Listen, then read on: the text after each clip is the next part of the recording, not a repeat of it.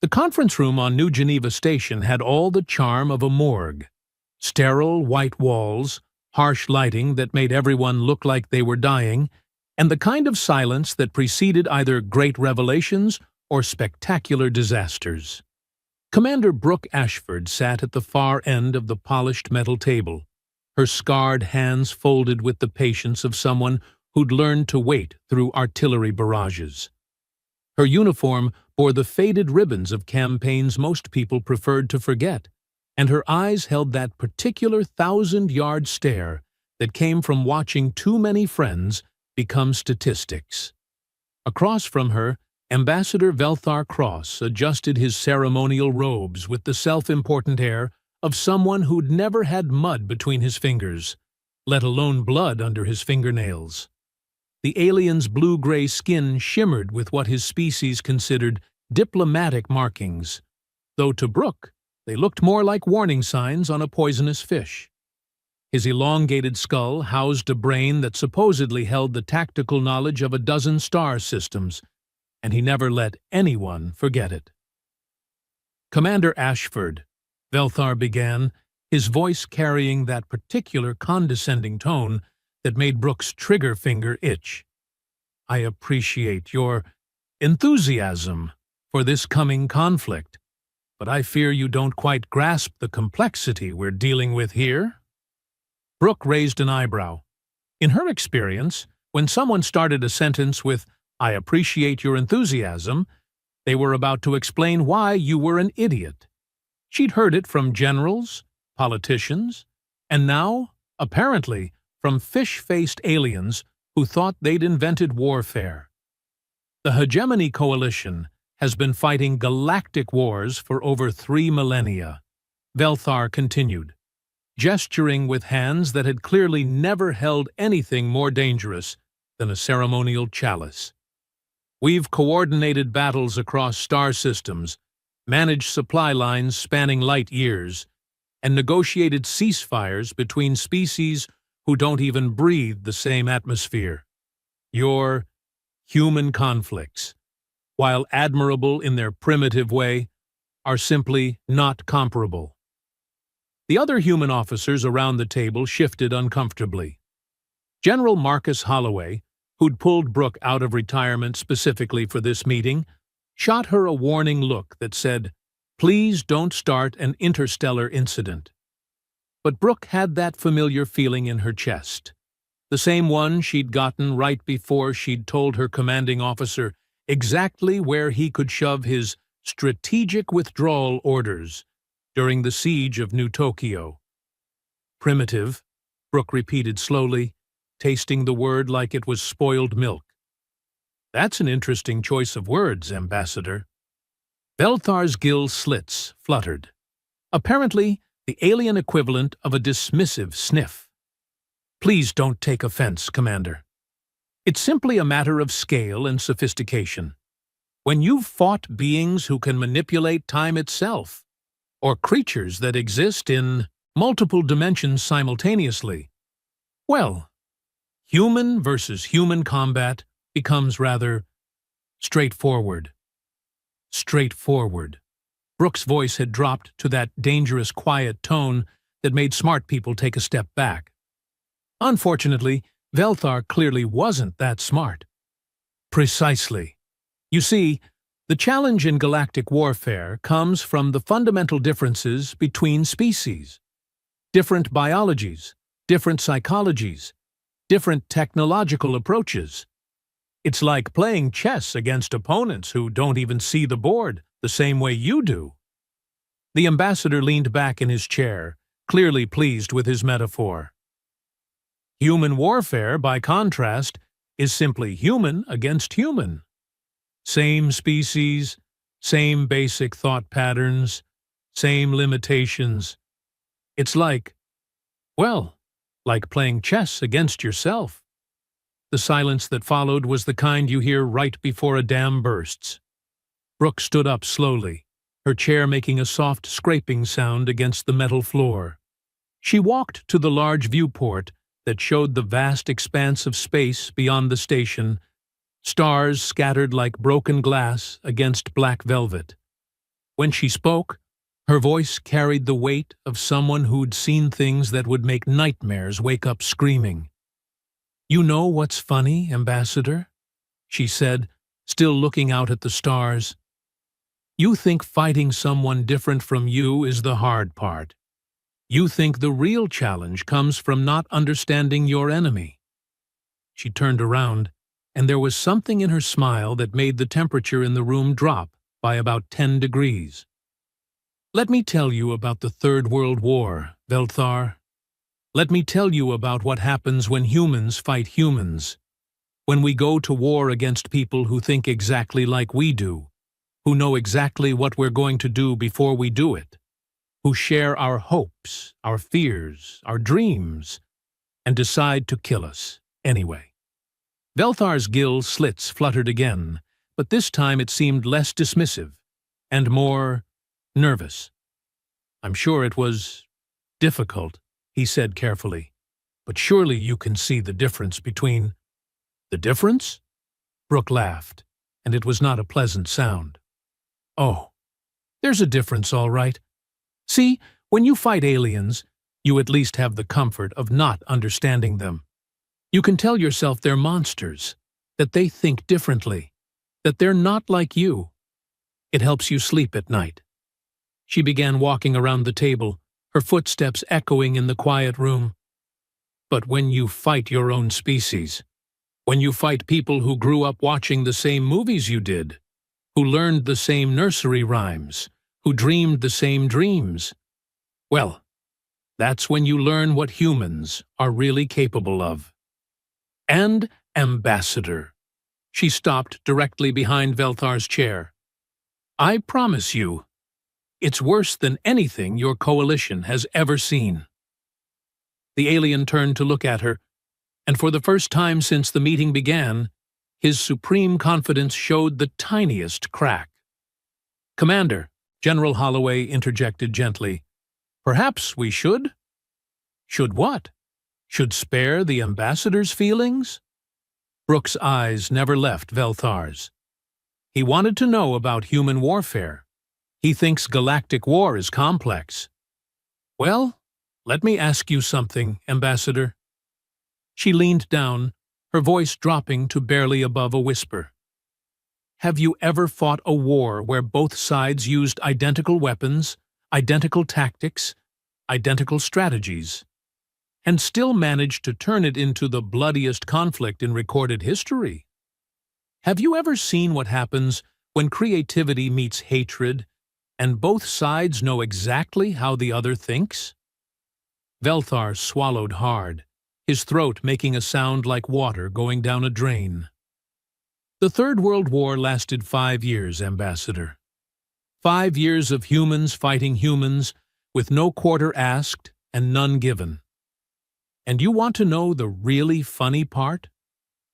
Brooke straightened up, that cold smile still playing at the corners of her mouth. "We didn't fight over resources, or territory, or even ideology. We fought over philosophy. We fought over whether humanity should reach for the stars or tend to our own garden. Both sides were right. Both sides were wrong. And both sides knew it." She returned to her seat, settling back with the casual ease of someone who just lit a very long fuse. "So please, Ambassador Velthar Cross, of the mighty Hegemony Coalition, tell me more about how complex your galactic wars are. Tell me more about how simple human conflict is, because I've got some stories that might just change your mind about what our species is capable of when we really put our minds to it." The silence stretched out like a held breath, and somewhere in the distance, the station's hull creaked as it adjusted to the gravitational stresses of its orbit. Velthar's confidence had evaporated like morning mist, replaced by something that looked suspiciously like fear. And Brooke Ashford smiled. Brooke leaned back in her chair, watching Velthar squirm like a specimen under a microscope. The alien was trying very hard to maintain his diplomatic composure, but his gill slits kept betraying him with nervous flutters. Good. It was about time someone punctured that insufferable superiority complex. The Third World War began on March 15th, 2089, Brooks said, her voice taking on the cadence of someone recounting a ghost story. Not with a bang, but with a vote. A simple referendum that split humanity right down the middle. Should we focus our resources on expanding beyond Earth's solar system, or should we concentrate on fixing the problems we'd left behind on our home world? She paused, letting the weight of that settle in the room. 50.2% voted for expansion. 49.8% voted for consolidation. The optimists versus the realists, they called themselves. Both sides had perfectly reasonable arguments. Both sides were absolutely convinced they were saving humanity's future. Velthar's head tilted in what Brooke had learned was his species' equivalent of confusion. Surely, such a small margin could be resolved through further negotiation. Brooke's laugh was dry as desert sand. Oh, sweet summer child. You really don't understand humans at all, do you? See, that tiny margin? That 0.2% difference?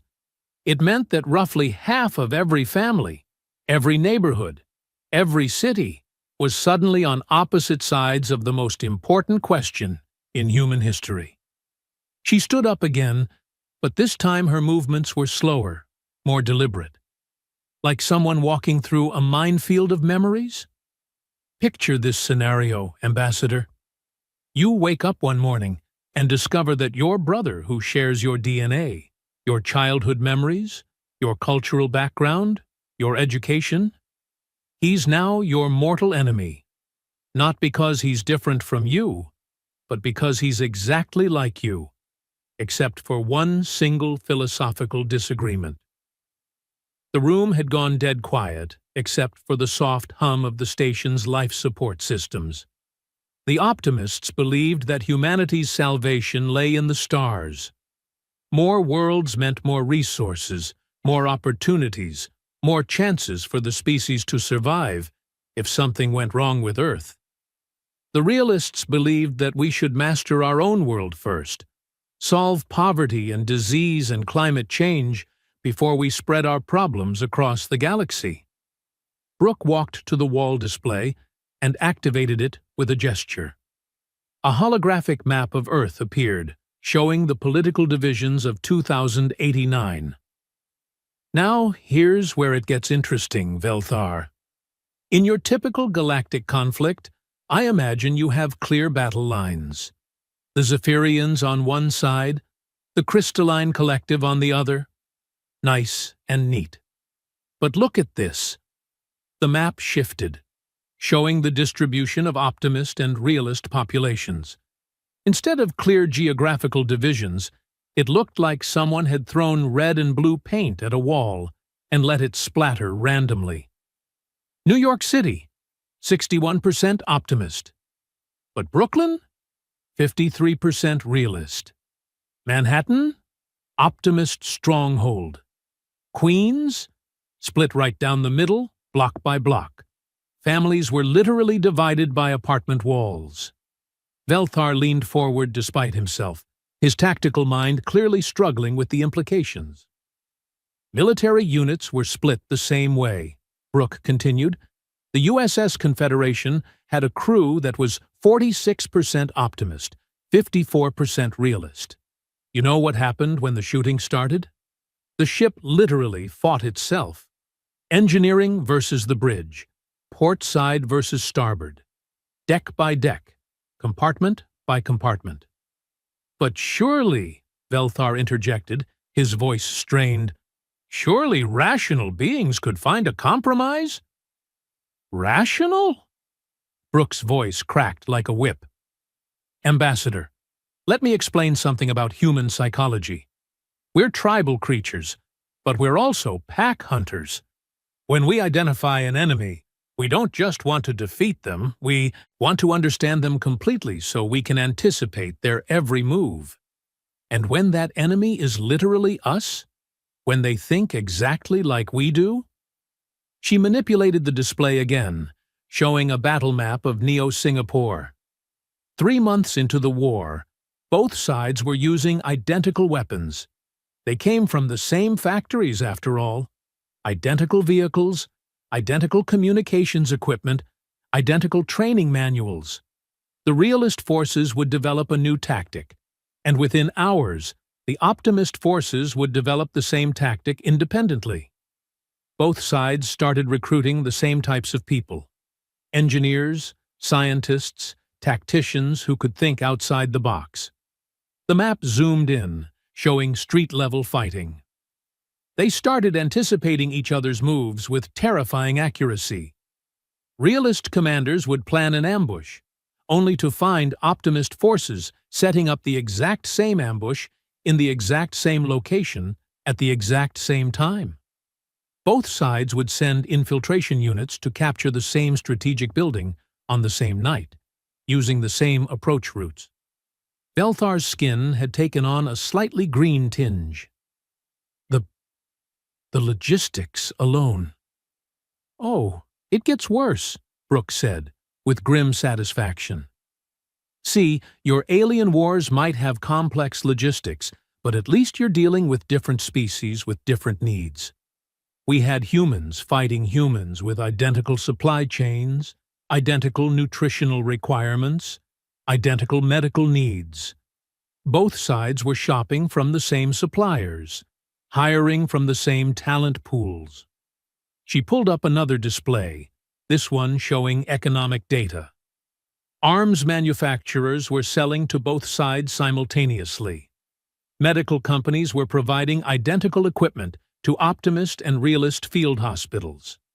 The same pharmaceutical companies were developing chemical weapons for the optimists while simultaneously developing countermeasures for the realists. "And nobody saw the problem with this?" Belthar asked weakly. "Oh, they saw it all right. That's when both sides implemented the mirror protocol." The alien's confusion was written across his face like a neon sign. The mirror protocol was humanity at its most brilliantly stupid, Brooke explained. Since both sides were essentially fighting themselves, they decided to embrace it. Every tactic one side used, the other side would use immediately. Every weapon developed by the optimists would be replicated by the realists within days. Every strategic decision would be mirrored. She paused, watching Velthar's growing horror. The idea was that it would create perfect balance, perfect stalemate, and eventually force a negotiated peace. What it actually created was a feedback loop of escalating creativity and violence, each side trying to outthink themselves, knowing that whatever they came up with, their enemy would match within hours. "That's," Velthar's voice trailed off. "Insane? Yes. Brilliant? Also, yes. Terrifying? You have no idea." Brooke's Teeter's smile was sharp enough to cut glass. "Because here's the thing about humans, Ambassador. We're remarkably good at killing each other, but we're absolutely exceptional at killing ourselves. When you remove all the variables, different biology, different culture, different technology, and you just leave pure human ingenuity focused on the problem of warfare." She leaned across the table, her eyes boring into Velthar's. "We became efficient beyond your wildest nightmares." Both sides knew exactly what the other was thinking, exactly how they'd react, exactly what they feared most.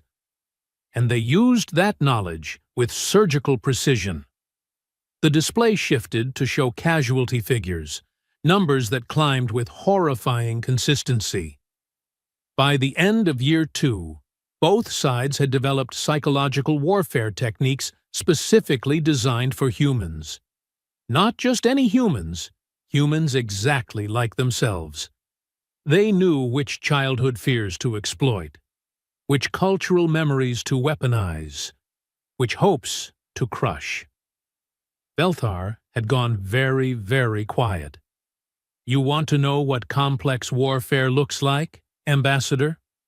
Try fighting an enemy who knows you're going to try to outflank them on the left because they would try to outflank on the left.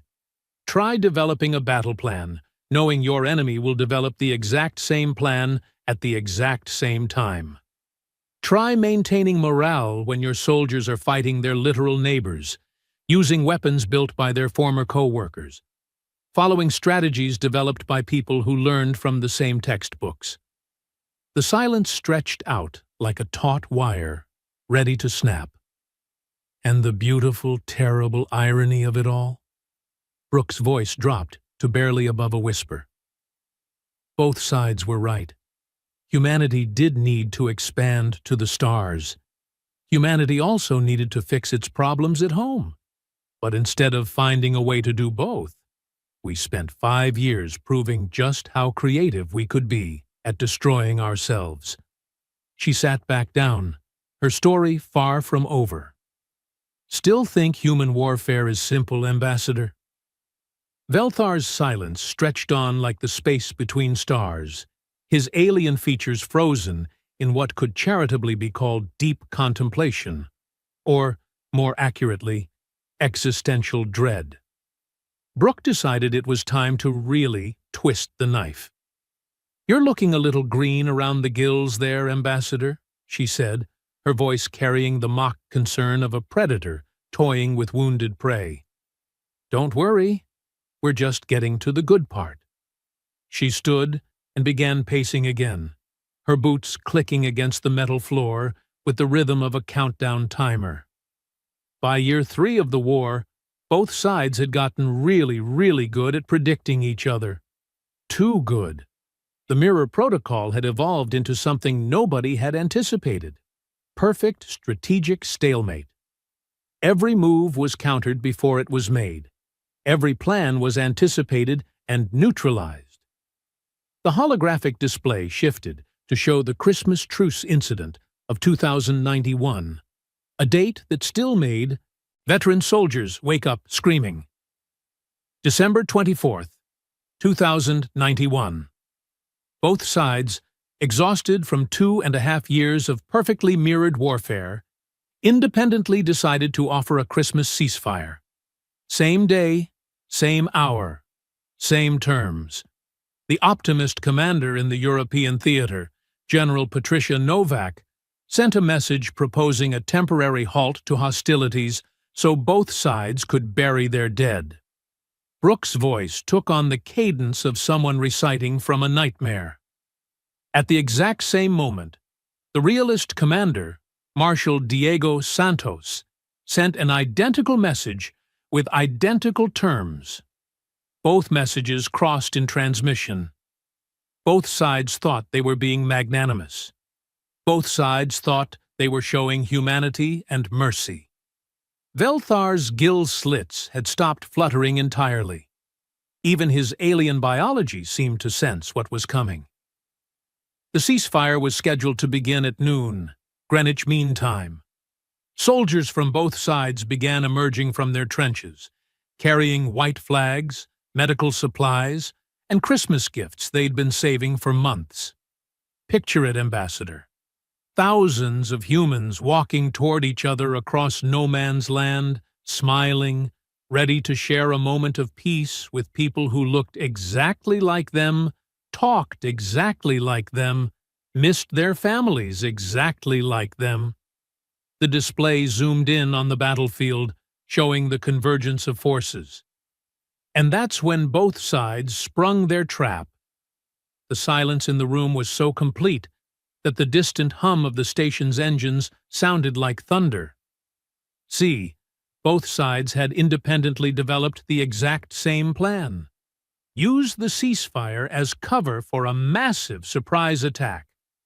Both sides had reasoned that their enemies, being human, would expect treachery and be prepared for it. So both sides developed elaborate fake peace gestures designed to lull the other side into a false sense of security before striking. Brooke's laugh was hollow as a tomb. Except both sides were right, and both sides were wrong. The optimists sent their real soldiers forward with genuine white flags, while their special forces moved in from the flanks. The realists did the exact same thing at the exact same time. Both sides thought they were the ones being clever.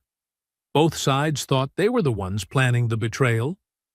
The display showed the convergence in horrifying detail. Two mirror images of treachery meeting in the middle. Noon, Greenwich Mean Time.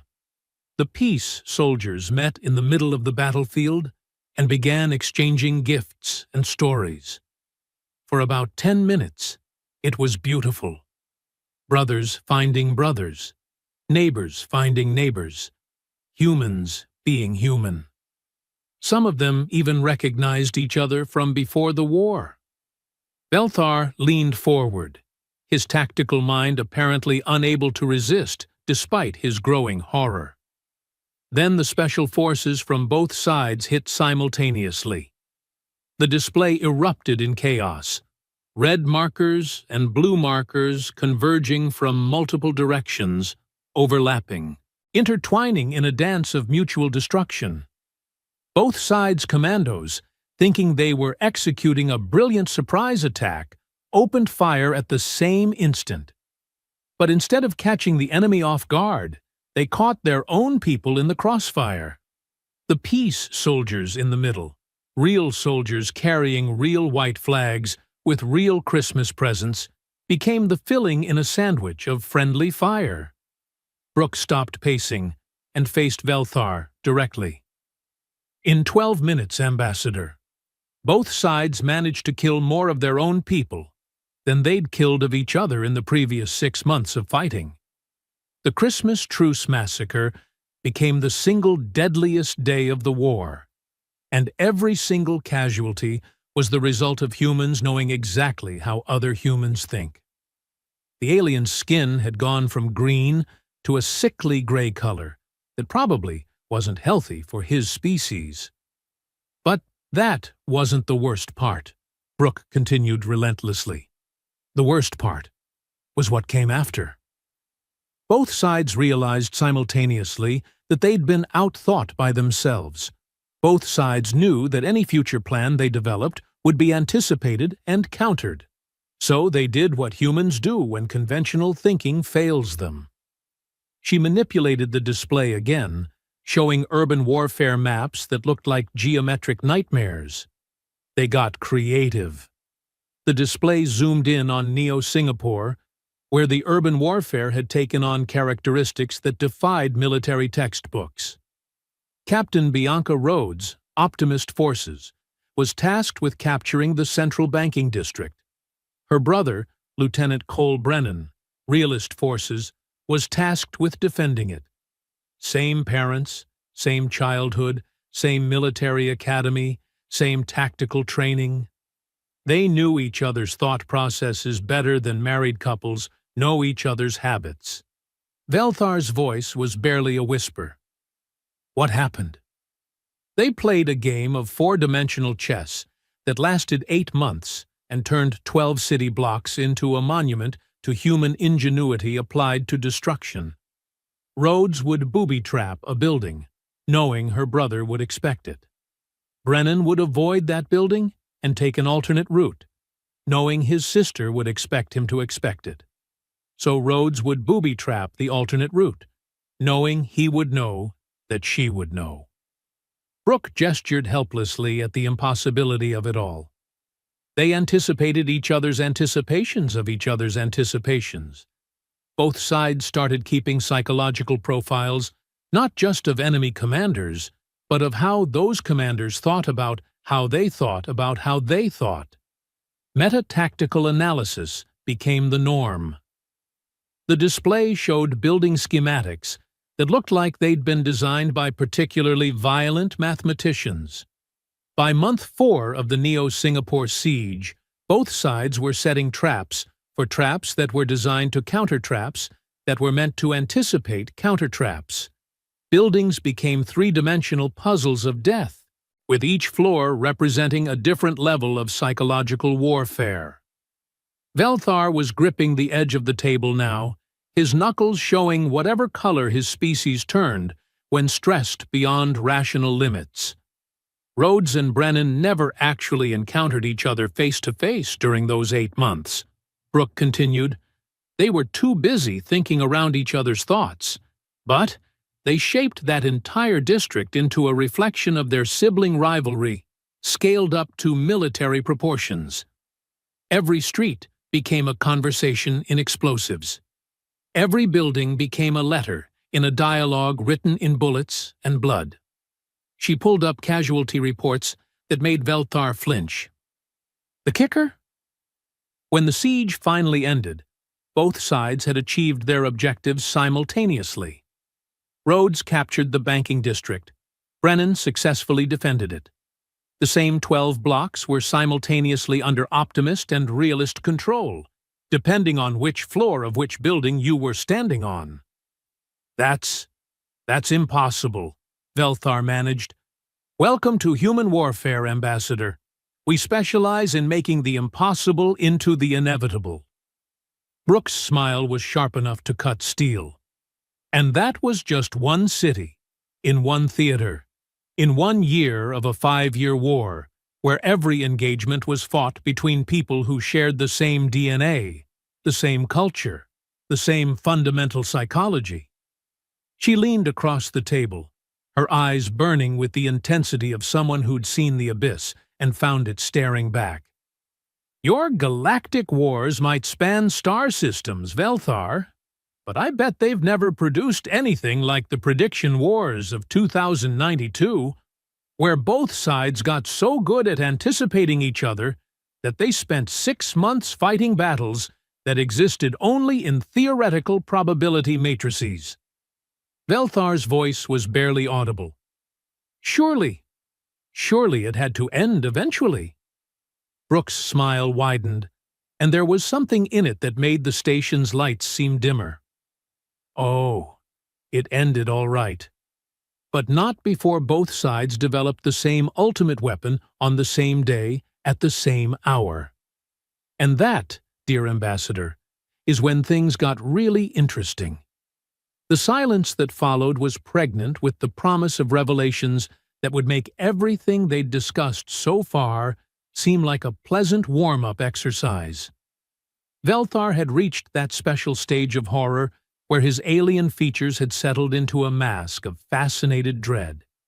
His gill slits barely moved, his breathing shallow and controlled, like someone trying very hard not to vomit in front of dinner guests. Brooke found his discomfort deeply satisfying. The Prometheus event, she said, savoring each syllable like fine wine. June 20th, 2094. The day both sides independently developed humanity's first planet-killer weapon and aimed it at Earth. The holographic display shifted to show 2 identical research facilities on opposite sides of the planet, one buried beneath the Sahara Desert, the other hidden under the Antarctic ice sheet. Both were massive, both were secret, and both had been working on the exact same project for 18 months without knowing the other existed. Project Daybreak, the optimists called it. Project New Dawn for the realists. Different names, identical technology, a gravity manipulation device capable of destabilizing planetary cores. The theory was simple: end the war by threatening to end everything. Velthar's voice was a barely audible croak. They were willing to destroy their own homeworld? Oh, Ambassador. Brooke's laugh was colder than the vacuum outside. They weren't just willing. They were eager. See, by year 5, both sides had convinced themselves that the other side winning would be worse than everyone losing.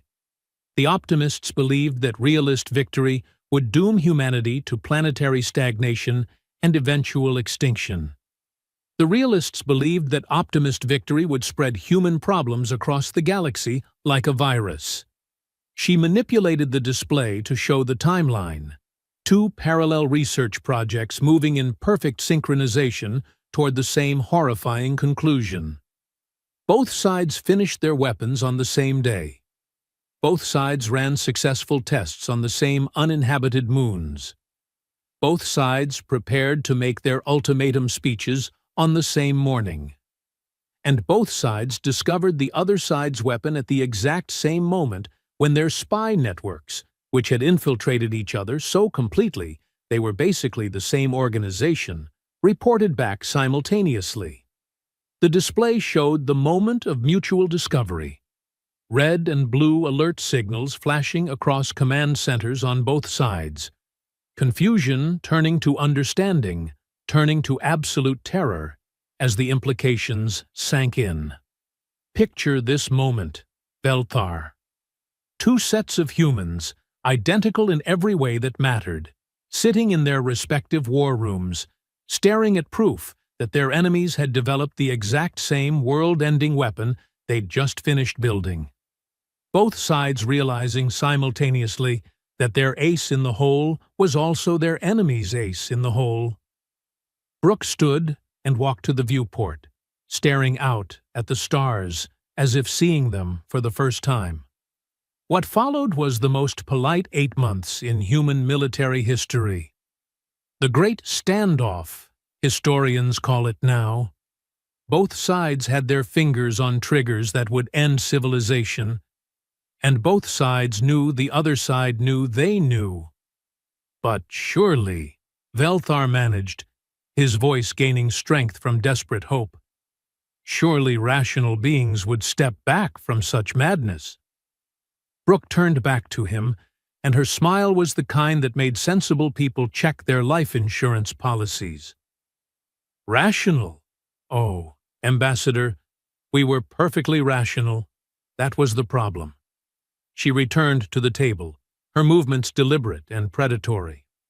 Both sides began the most complex negotiations in human history. Not peace talks, mutual destruction protocols. They spent months working out the precise mathematics of how to kill each other efficiently while making sure they died at exactly the same time. The display showed meeting rooms where identical-looking humans in identical uniforms discussed the logistics of species suicide with the same attention to detail that previous generations had used to plan wedding receptions. The mutual assurance doctrine, Brooke continued. Both sides agreed that if one weapon fired, both weapons would fire. If one side evacuated their leadership, both sides would evacuate simultaneously. If one side blinked, both sides would close their eyes together.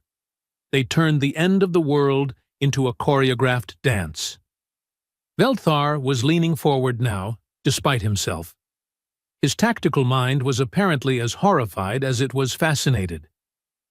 They established protocols for everything. What would happen if one side's weapon malfunctioned? Both sides would shut down simultaneously and spend 6 months fixing the problem before resuming the standoff. What if natural disasters interfered with the doomsday devices? Both sides would pause the war to provide mutual aid, then resume threatening each other once the emergency passed. "This is insane," Velthar whispered. "This is humanity," Brooke corrected.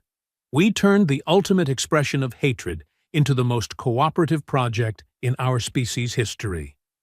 Both sides worked together to ensure they could destroy each other properly. They shared technical specifications to make sure both weapons would work correctly. They established joint monitoring stations to verify that neither side was cheating on their commitment to mutual annihilation. She pulled up communication logs that showed an almost polite correspondence between enemy commanders discussing the finer points of planetary destruction. My personal favorite was the Great Debate of November 2094, when both sides spent 3 weeks arguing about whether they should destroy the planet quickly or slowly.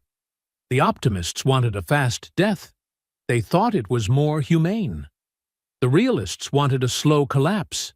They thought it would give people more time to make peace with their fate.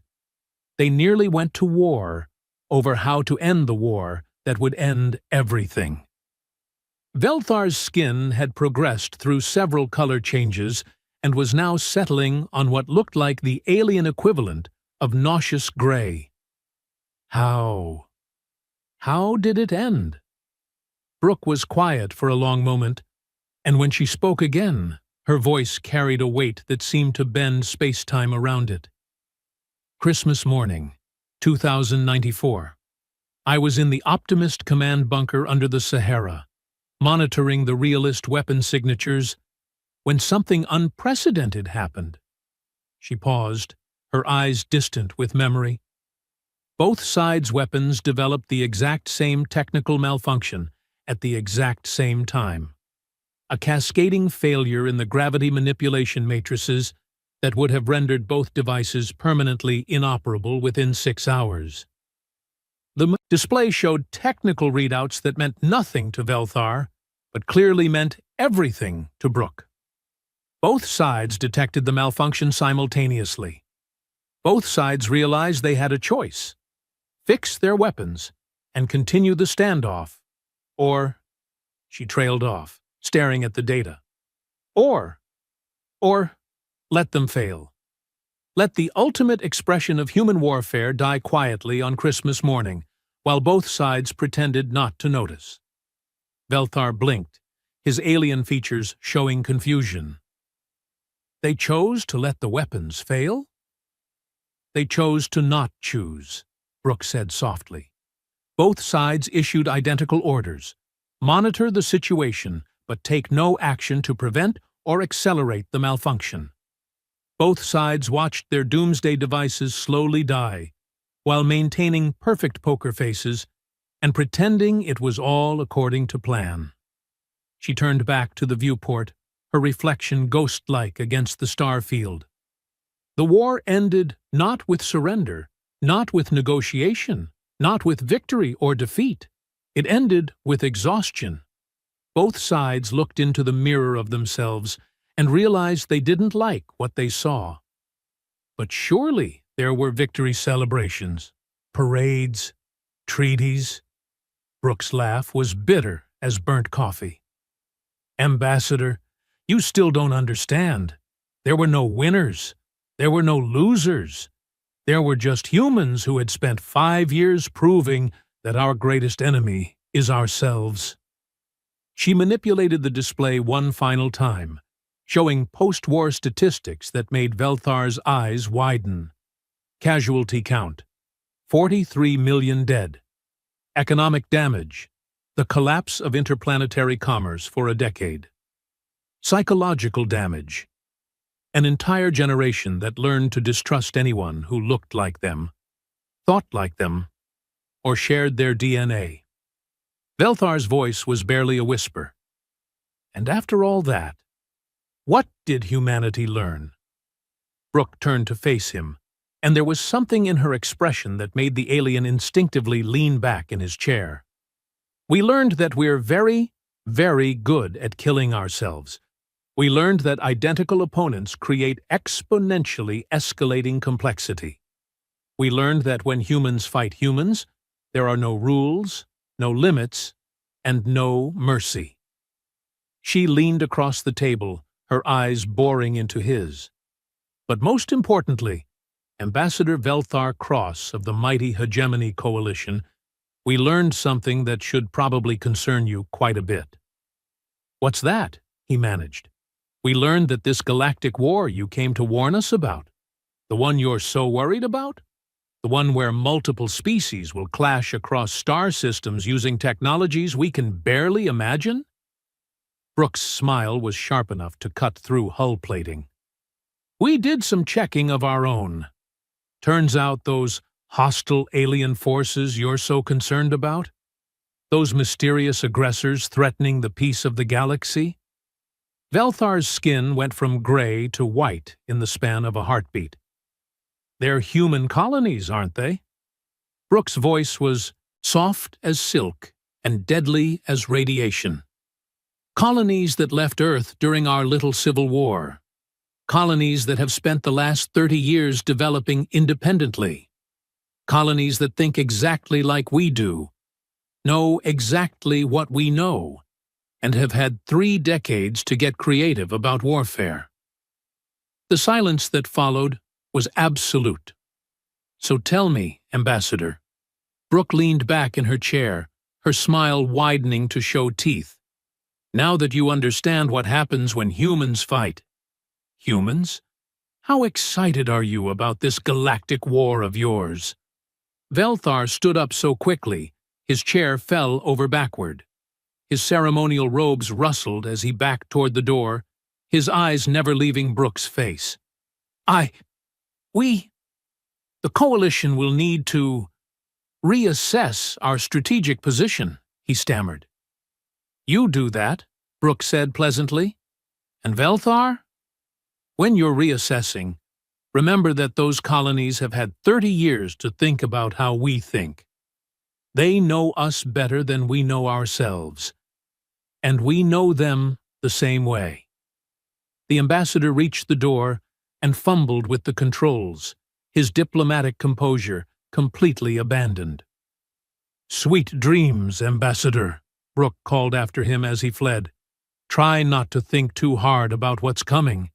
After all, the door slid shut behind Velthar, cutting off her final words, but the sound of her laughter followed him down the corridor like an echo of humanity's dark promise.